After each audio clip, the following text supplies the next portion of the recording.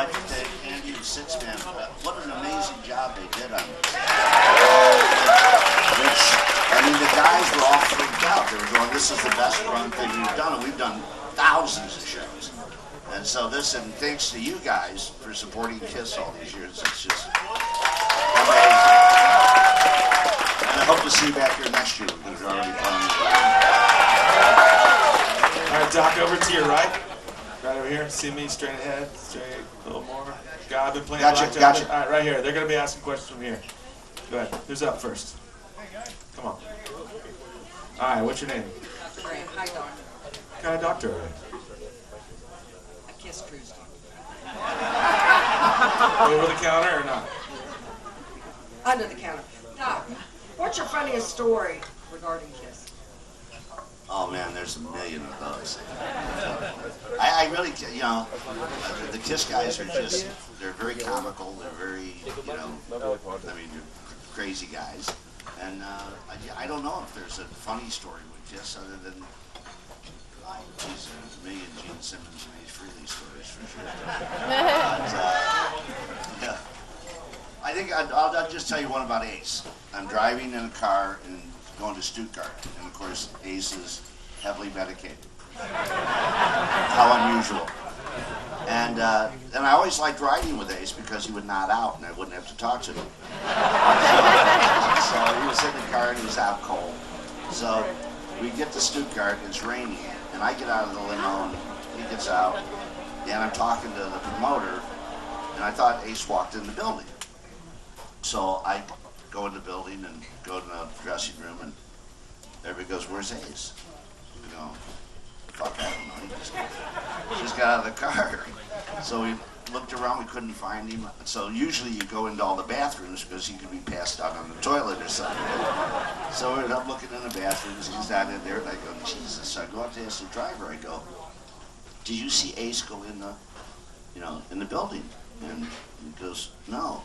And because it was raining and there was, the water on the windows of the cars, from a street light, I could see in another car ahead. And so Ace had just gotten out of the car and walked over into another car, opened the door, and got in the back seat, and he was out. That's what I'm doing. All right, what's your name? All right, seriously, 2 doctors? All right, we can really party on comedy. Okay, good. Here we go.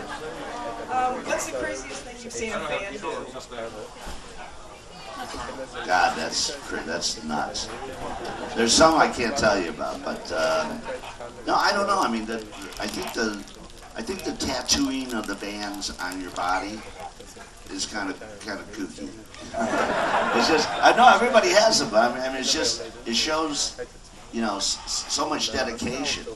You know what I mean? And there was a guy I couldn't fix. He had Gene Simmons' signature on his back, plus the whole back was KISS, and I couldn't get it in time, or I couldn't find him to get Gene to sign it over again because he had to redo it. But those are, that's real dedication when you have to do that, for a band. And I've seen it forever, with Motley and Bon Jovi and Scorpions and Skids, and you just go, wow, that's real dedication. Hey Doc, thanks for doing this. First off, really appreciate it. Thank you guys. Can you tell us one thing about Ace Frehley and Tommy Thayer that would surprise us? Not that would surprise you, probably. Well, see, we always had Tommy because we didn't know if Ace could show up or he would show up. And so he had his own costume and everything ready to go from day one, from 95. So, and he had to teach Ace to play the songs. Okay, so and actually Gene and Paul too, because over the years they had done different versions of that original song to where it really wasn't that song, and so he had to reteach the band how to play their songs. And so Tommy would, when Ace, where were we, in Houston, Texas, and Ace was firing some machine guns with his idiot cousin, and one of them got jammed and he got piece of shrapnel in his, in his chest because he shoots left-handed. Anyways, I spent the whole night in the hospital with this idiot, and so the next day he wasn't going to go on until they gave. All he wanted was drugs. So he would say to the doctor, we were 3 o'clock in the morning, I need a Percocet.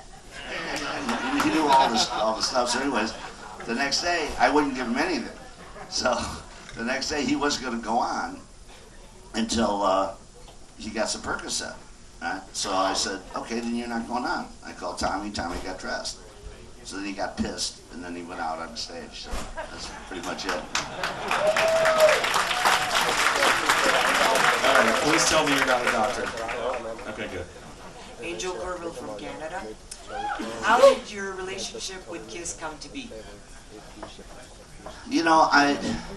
When they blew up in the 70s, I was managing like James Brown and Isaac Hayes and stuff like that. I was doing mostly R&B, so I didn't really. I loved their production, but that was about it. And then I started. I think it was like 78 or 79. I had Pat Travers open for KISS, and then Bon Jovi. We did an entire European tour with them, and then Motley Crue. It was actually Motley Crue first, and then Bon Jovi, and we became friends. And Gene was always say, "I need to talk to you," and I go, "Okay, cool. Are you gonna put your makeup on?" "No." "Then we don't have anything to talk about." So and that went on for almost 10 years, and then one day he called me and he goes, "We need to talk," and I go, "Okay. You put your makeup on?" And he didn't say anything. So I drove from Orange County up to his house, and I said, "If you're putting the makeup on, I'm in." And that's how we started it.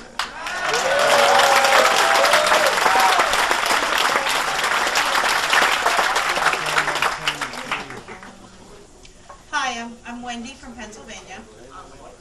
Whose idea was it to do Gene Simmons' Family Jewels, and how do you feel about it? Well, it was actually, Gene is, this is going to be hard for you guys to really grasp, but, it's all about Gene. So, so everything's called Gene Simmons, Family Jewels. So it's actually Gene's idea. And I didn't like the idea to begin with because, I love Ozzy, and Ozzy did his thing, and I think it really didn't do well for Ozzy. I think it worked for the family to show a train wreck and all that kind of stuff, which is what television's about. But Gene's spin and the producers, it kind of went on the angle of no matter how powerful you are, how important you are as a rock star, when you go home and hang your coat up, you hang your nuts up right next to it because you're just a regular idiot like the rest of them, and your family just pummels you, which they do, and he doesn't have that drug issues with his kids and everything else. It actually brought the family together to the point that he got married. That's truly what happened. He was never around because I've been with him 16 years, and he was never there because we were all touring everywhere. And and Gene quit school because there was recess. Okay, he wants to do a deal a minute, and so that's why I think this show is very good for them, and I think it showed a good side of people and not the train wreck.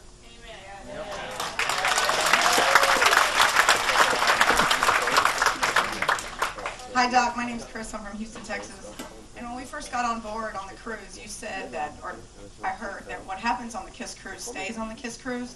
So I just feel like now that we're sort of family, I want to know one thing that you have in your head that we could take away from us about maybe Gene that is secret. I don't think Gene has any secrets from watching the show, for sure. But,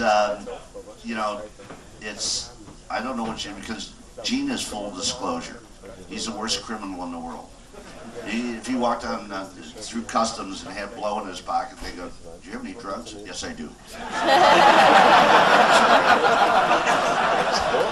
So he, you know, his stuff is full disclosure, believe me. Hi, Doc. Joe from Cleveland, Ohio. You pulled the voodoo prank on Gene on Family Jewels. Any other really good pranks on you or the band you can share with us? Well, I mean, we always do, you know, we try to, you know, like on the cruise, Eric Singer is like terrified of hurricanes being on a cruise. So the first thing I do when we get in the car with each other is I go, "Did you see that hurricane that's coming up from Mexico?" And it'll probably, you know, they said it could turn and get to us, but I have a plan to get off the boat if we have to.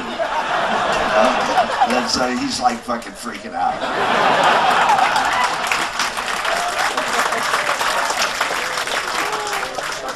They pay him to torture them. It's kind of cool.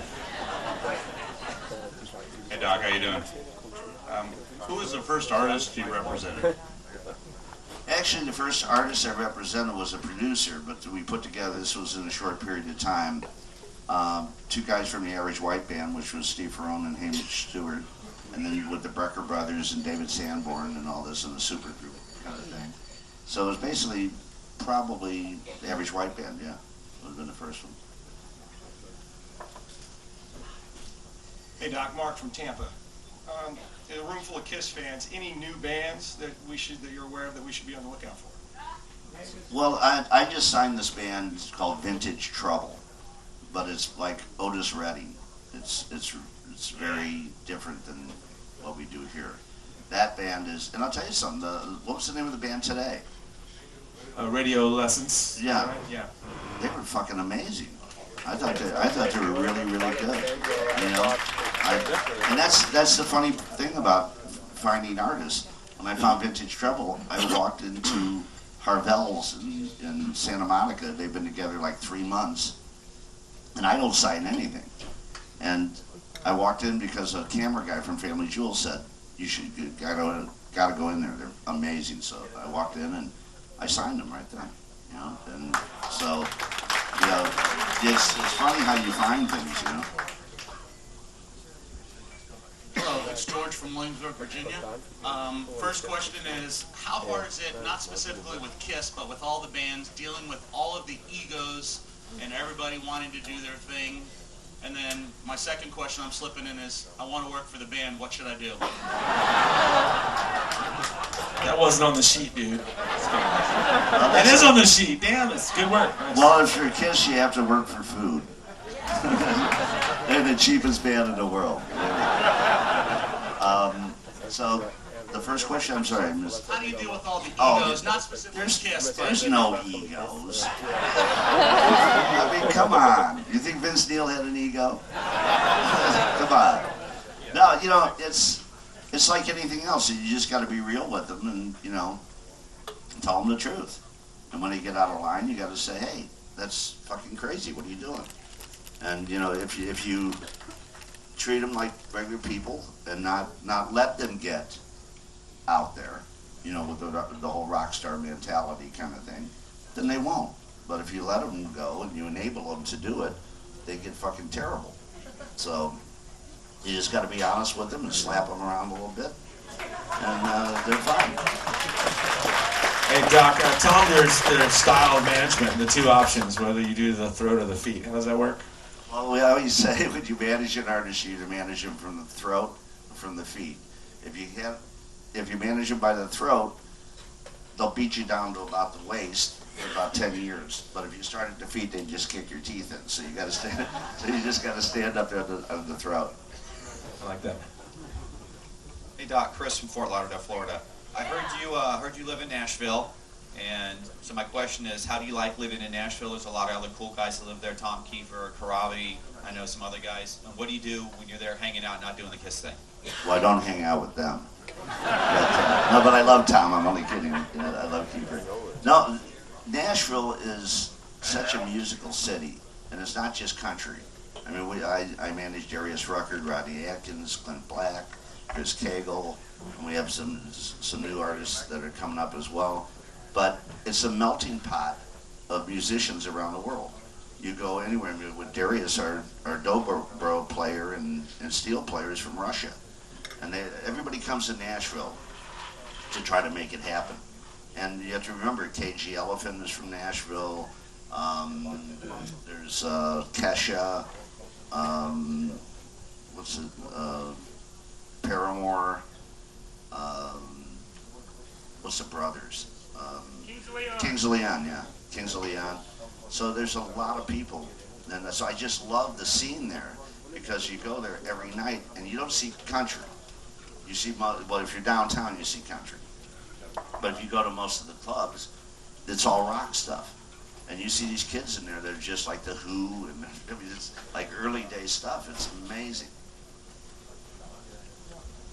Hey Doc, it's Ray from Chicago. Who do you currently manage, and who got away? Did anybody get away that you really wanted to do? Well, I mean, it's like, I didn't sign anything in the 90s but KISS. It was the only band I signed in the 90s. And people said, well, why didn't you sign anything in the 90s? I said, well, Pearl Jam was gone. I couldn't get them. Rage Against the Machine I would have signed, but, Dave Matthews I would have signed, but they already had managers and they're already on their way, and the rest of the stuff was crap.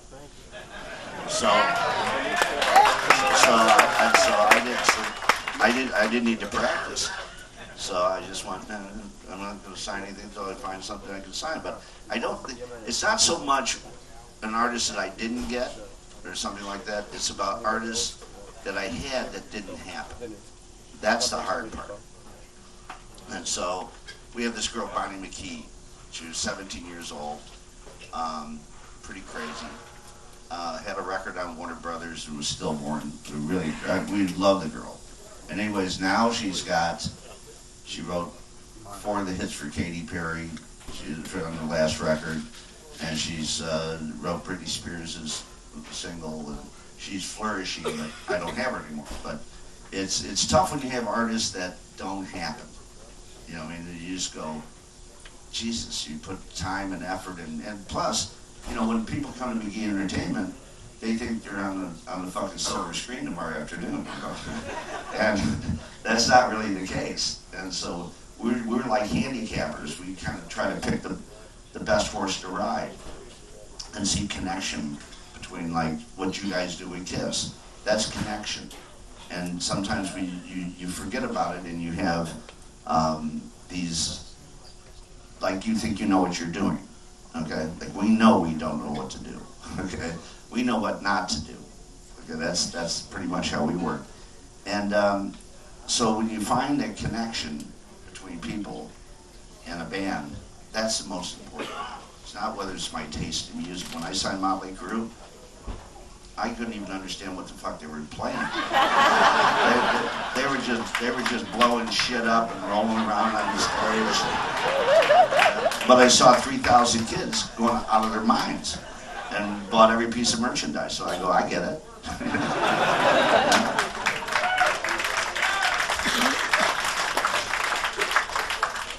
Hey Doc, Petrelli from Canada. The ever-changing music industry is a bit confusing for independent musicians, and just curious to what you would recommend for a route independent musicians would take, and your opinion on iTunes, and YouTube, and whatnot. Well, again, the business has changed, but now we have more opportunities for people to see the artist. There's social networking that you get to do and also to perform. The most important part I can say to anybody is connection. You have to connect to people. People have to want to see you. It's not whether you write a curly shuffle or you're something like that. It's about, it's your path. There's a saying called, you aspire to be what you desire to appear, which means if you want people to look at you a certain way, you live your life that way. And if people get your shit, then you'll be huge. If they don't, you won't. So you just have to work on connection. You got to work on your social networking, obviously, and stuff like that. But now you have all different avenues to get seen. And then if you're seen, and people like it, then you start building your fan base and stay connected to your fans and tour as much as you can. Because most of the times bands get together and they have a hit song, they turn into complete assholes in about 4 minutes, and they break up because they can't handle the road or they can't handle success, which is pretty hard on people. When you start looking at an artist that will go for maybe be home 4 months at the most, over a whole, then that's if you're big. And when you're small, Skid Row, we would do 60 shows in a row. We played every shithole in the world with Skid Row. I'm sure they're here somewhere. They can tell you that. But we always say you play pay toilets and you use your own change when you start. And that's the dedication you have to have. It's very, very difficult life. You end up getting married, not being married. Getting married, not being married, because you never know. So now they just find somebody they don't like and buy them a house.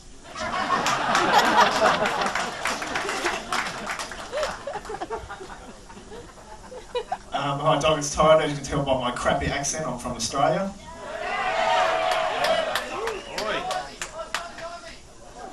And anyone who wants the shirt like this, nicksmithworld.com.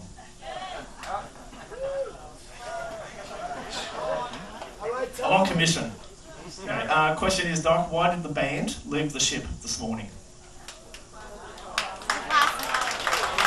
No, they left last night because Paul had to go. He has to be in Boston on a throat thing, and Gene and them just stayed on there to have a couple of days. I think this was his honeymoon. I think the KISS Kruise was the honeymoon for him. But I'll tell you something. They were blown away by it. Andy. Yeah, we had an Ask Six-Man panel this morning. We talked about it. I think the guys, they didn't know what they were getting into, and rightfully so. It was their first time doing it. And so, in talking to them, we felt like this was a good way to start because it was completely unknown for them. But when they left last night, I could tell they really didn't want to go, but they had made commitments to go, and it was really cool. I wish you guys could have seen just how proud they were of what you guys had delivered for them. So. And also, I'd like to figure out next year how they can kind of mingle. Yes! And they said the same thing. They said the same thing. It's like, they go, geez, I wish because when they were walking down the hallways, they were signing the doors and stuff like that because they were getting into this. Because you don't know what to expect. I've never been on a cruise. They've never been on a cruise. Okay? So, the ones that we were involved in, like Tim McGraw did a cruise. He never even got on the boat. He flew into Nassau, did a show on the beach, and then left. But then everybody was there. He never said. And I don't think that's the connection. I think the connection is we got to figure out a way that they can be more transparent to everybody, and that they don't get involved. Because that's really the case. They would love to. We walked around when everybody got off the boat, and then we walked around and saw the boat because we couldn't even go out in the little hallway we had. So anyways, that's really and they said the same thing. They said, "Wow, I wish we could have walked around and seen some of the bands and and hung out." But it's so difficult, and so I think next year we probably all have to figure out a way to where we don't maul them. We don't maul them or something, and they'll be happy. They'll be happy to walk around and hang out. They don't want to sit in their room. They hate that. So I think if there was any part of the trip that they didn't like, it was the fact that they were held up in their room. So we'll figure it out for next year. Amen. All right. Okay.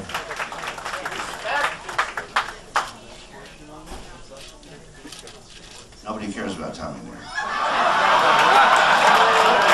Only kidding, Eric. We call him Scab 1, Scab 2.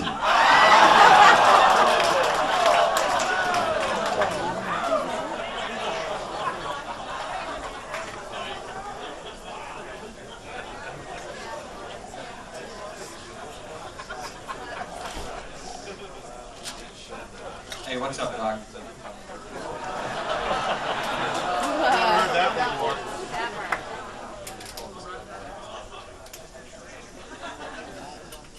How does managing KISS compare to managing the crew? Oh, they're two separate, completely different animals. KISS is very business orientated, and Motley was never anything but a gang that tortured people around the world. That's pretty much it. KISS comes to please people, and Motley came to torture people. So that's really the difference. Hi, Doc. Tim from Milwaukee. I was wondering if artwork is underway already for the new release for Monster? Actually, we have some designers. What we always do is we have designers come in for KISS, and they come up with all these great ideas, and then Paul steals their idea and does it himself. How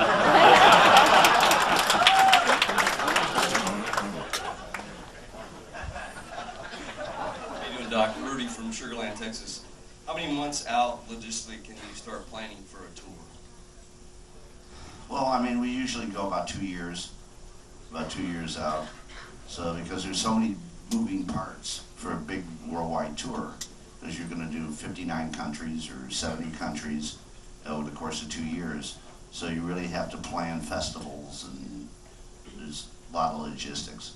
I don't do any of that shit, but my staff they're great at it. All right, so we're going to take a couple just around. Mike, Doc, we're going to go from the left and back over to me. But Mike, what do you got? So far, everyone's question's been answered almost, so I'll find a couple. No, you got plenty. Why isn't KISS in the Hall of Fame? Why isn't KISS in the Hall of Fame? Well, you have to remember that the Hall of Fame is made up of a boys' club in New York. It's Seymour Stein and John Landau and Jan Winter. And this is their like little club. And they would rather take an Ethiopian sax player that played on some obscure fucking record than to put KISS or Bon Jovi or and most of them, you know, Rush, all the rest of them, you know, Def Leppard, any of those bands. So it's not really the Rock and Roll Hall of Fame when you have Donna Summers and you have you know, Blondie makes it in. And so you go, I'm not sure that if we got into the Rock and Roll Hall of Fame, if we would go. And last year was the first year that Bon Jovi was up, that he nominated for the award. So he calls me and he goes, if I win, will you sit at my table? And I said, sure, but you're not going to win. And he goes, I said, I'll get in the Rock and Roll Hall of Fame before you do. But you can sit at my table too. But I don't think we would even go to it because it's such bullshit. You know, it's not voted by the people. It's not, you know.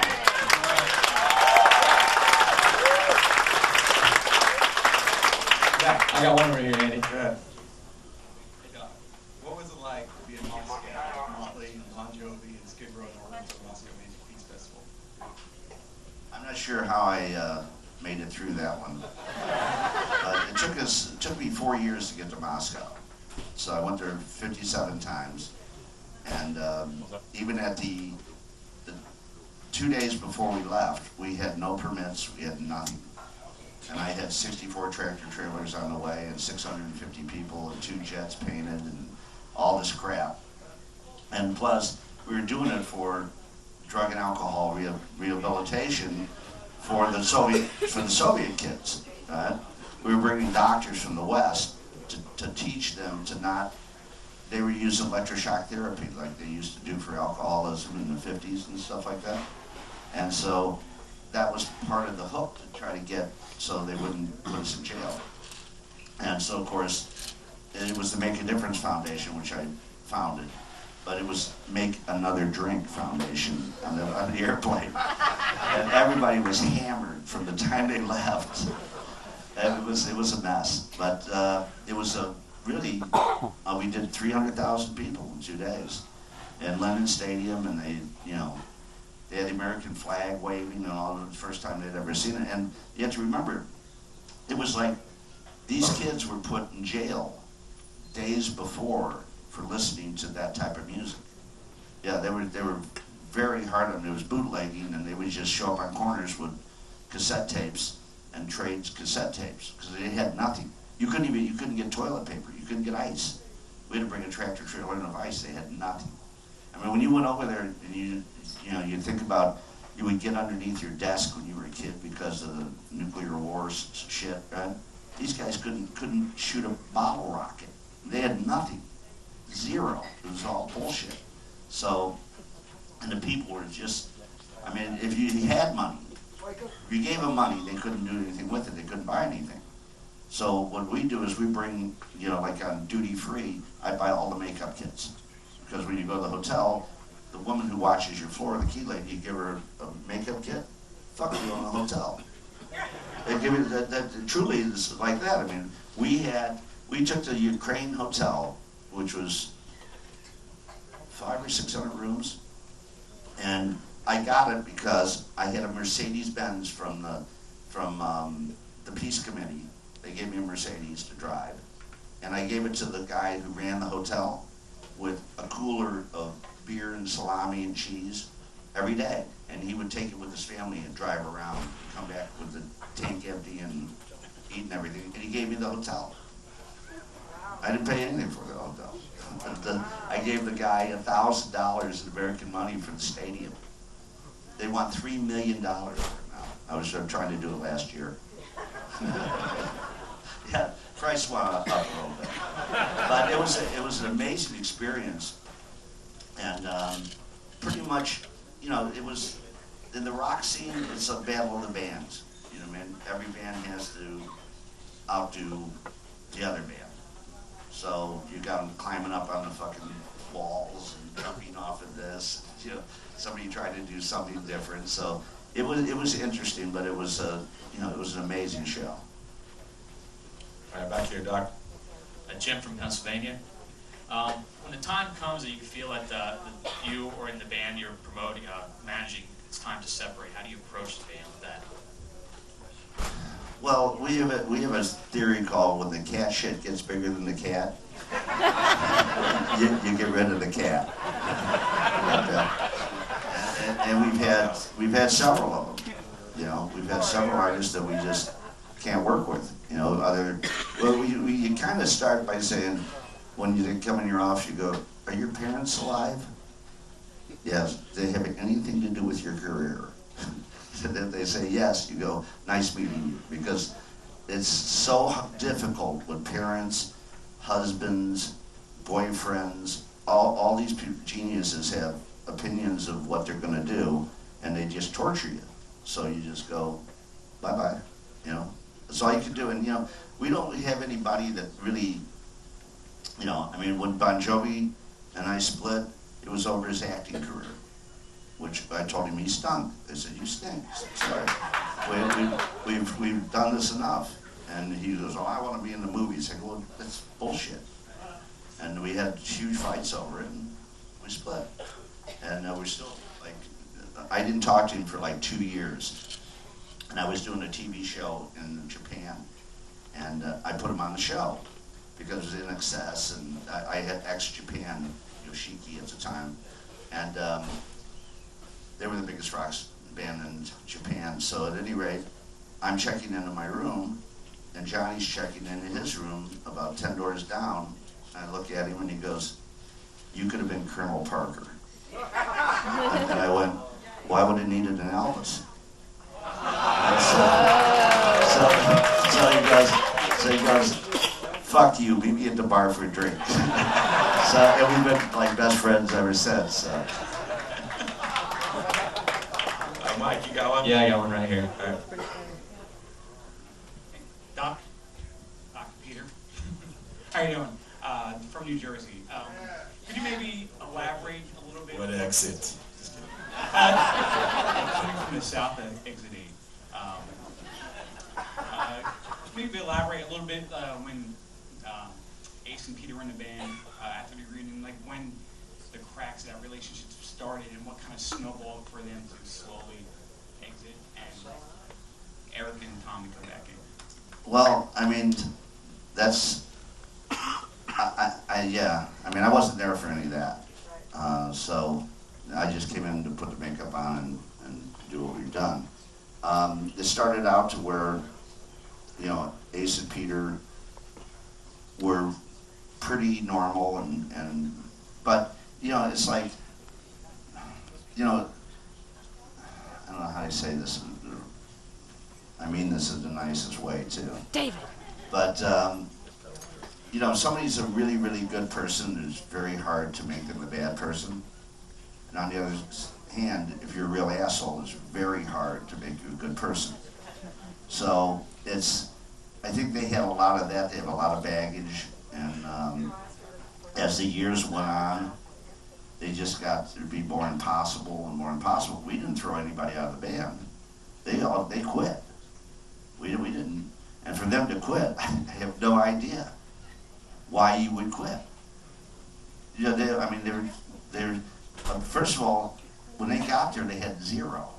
Okay, and then they did really, really well for 6, 7 years, 8 years, and then they just couldn't help themselves. You know, it was just all ego and craziness, and all of a sudden, and of course, Ace now is sober for a couple of years, which is awesome.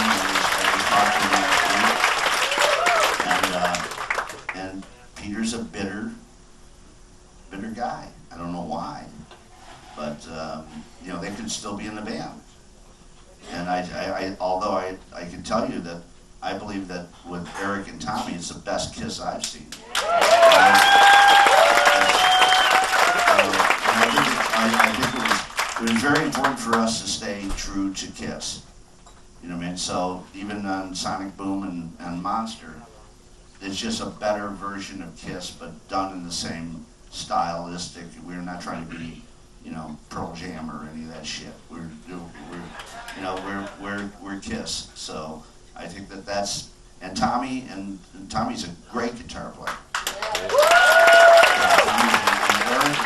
You can't find a better drummer than Rick Singer.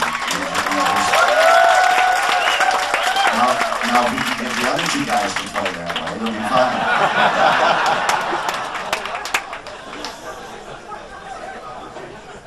Hey, Doc. Right here.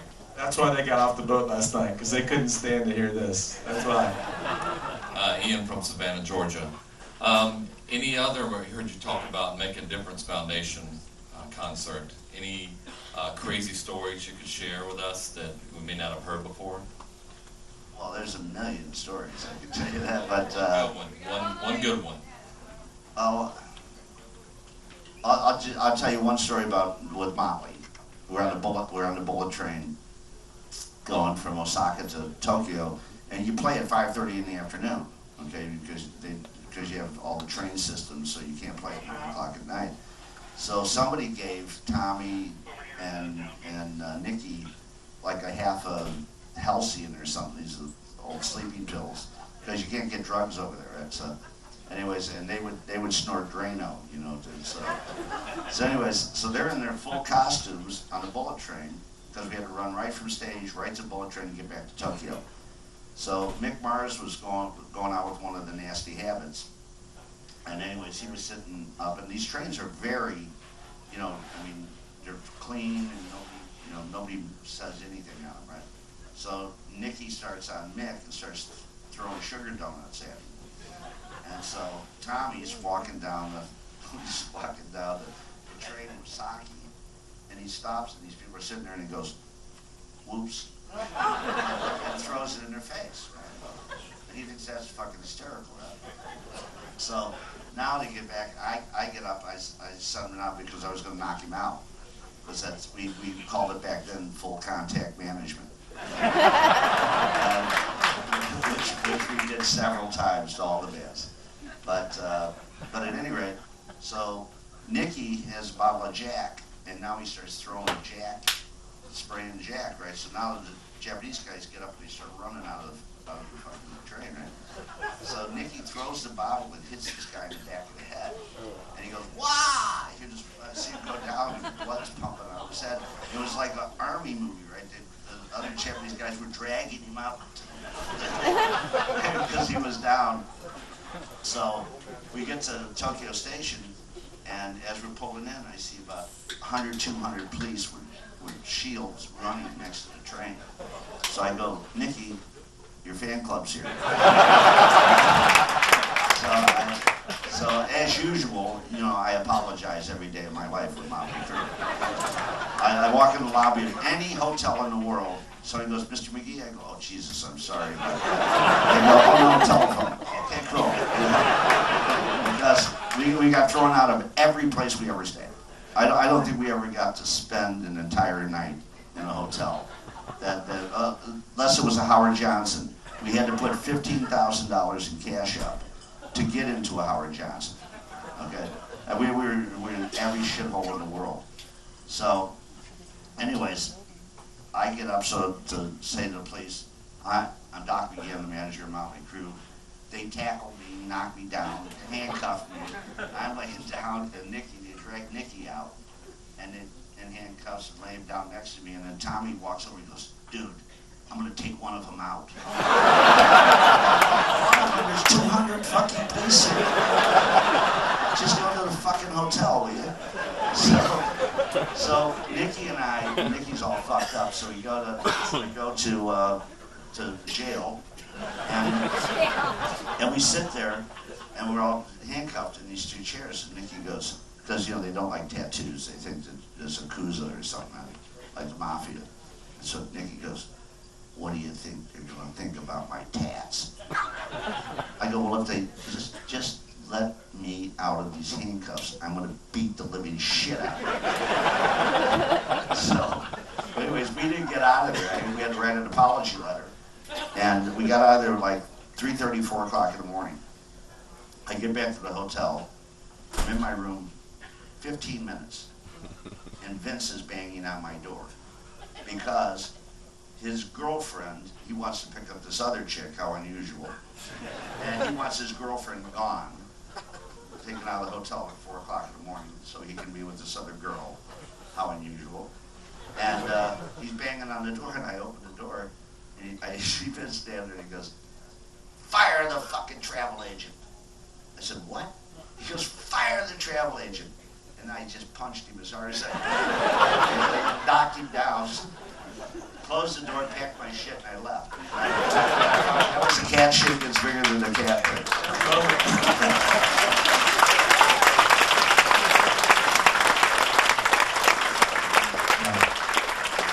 All right, Doc, I got one back here for you. Hey Doc, Vicky from Rancho Cucamonga, California. I want to know, do you really manage KISS, or do Paul and Gene manage you? I can tell you this. The day that I'm not making them a ton of money, I won't even get a phone call to say goodbye. Okay? So no, it's, you know, it's a really unique. It's the same way with most of my artists, though. Darius and you know, Gene and Paul go. I said to them when I started this, because they all have a better mousetrap, you know. And so I said, "Listen, I'm not going to sit here and listen to you guys argue, okay, about doing stuff. So if it's my decision that's wrong, then fire me. But I'm not going to sit here with you guys and go through this on every little thing that you do. If you want to be managed, I'll manage you. If you don't, go like this, and then I'm gone." And they went, "Okay." I said, "Okay, so you can't fire me for 2 years." So then I can tell everybody what I thought. Yeah, so then, and they go, "Well, that's not right." I go, "Yes, it is." And pretty much that's how it works with KISS. KISS likes to be managed. They like to say, because if you ask those original 4 guys a yes and no answer, there'd be 4 different answers, if that's possible. It couldn't get any worse. So you have to be the tiebreaker, and you put together the plans, and you show them all between Bill Randolph and myself, and who's critical to the team. We put together all the deals, everything together, and then we show them to Gene and Paul. at the end, and they go, cool. Because, you know, like Darius Rucker, I'll go, your video treatment, you want to read it? No. Why don't you want to read it? Dude, you're the manager. You're going to do whatever the fuck you want to do anyways. So just try to get me out of there quick. I go, okay. Thanks. All right, we have time for a couple more. Hello, my name is Aya from Sweden. Because I thought that all the questions come from Americans, Canadians, and I think like when we were sitting in Sweden and we were ordering this trip, we probably did it together with all the other 36 countries. Did they call you to ask, like, oh, is it 5 countries now? Is it 21 countries now? Were they very happy about all these different countries that are here? That, you know, we paid close attention to it because we never did this before, okay? And one thing is, you know, about KISS for at least the last 15 years that 16 years I've been with them, is that we try to stay connected to the fans in every way that we can. And we try to, you know, we watch everything from our Facebooks to, it's not like we just ignore everything. These guys are very, very connected to the fans.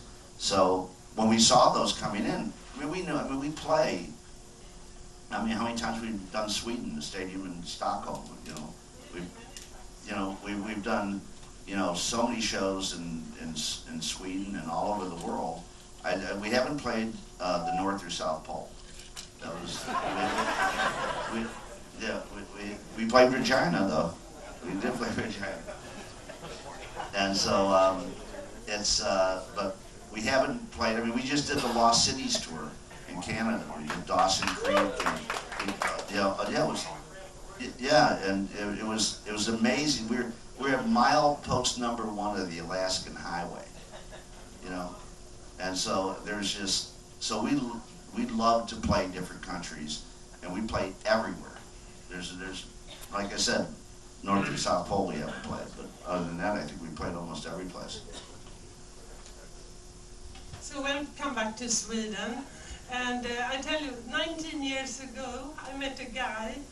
I didn't hardly know what KISS was, but he's been taking me all around the world, and even on this cruise, just because he loves KISS. There you go. Good round of applause. We'll wrap it up on that one. Let's wrap it up on that. Hey, Doc, on behalf of all of the 6 man, thank you so much for trusting us with your most precious asset, your fans. It's been awesome. We're looking forward to the future. Give it up to Doc McGhee. Thank you so much. No. Check this out. That's a little kooky, though.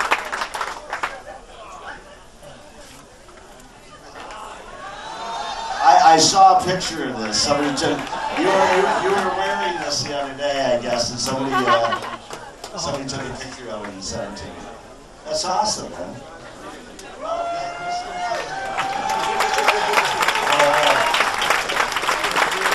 You guys have a great last day out there. Go explore some music, have some fun.